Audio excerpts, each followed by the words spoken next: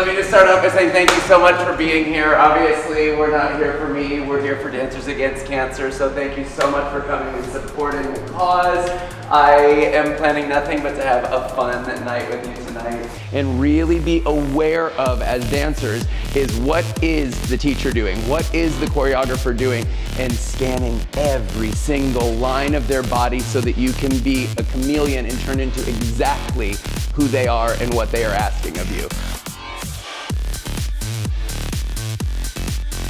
And 6, 7, and 8. Again, push your hip out and lean away from it.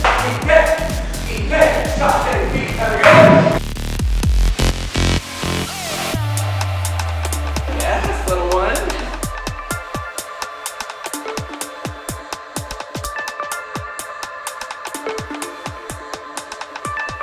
Yes, yes, kiss, throw, pas-de-bourrée, right? It's about your foot.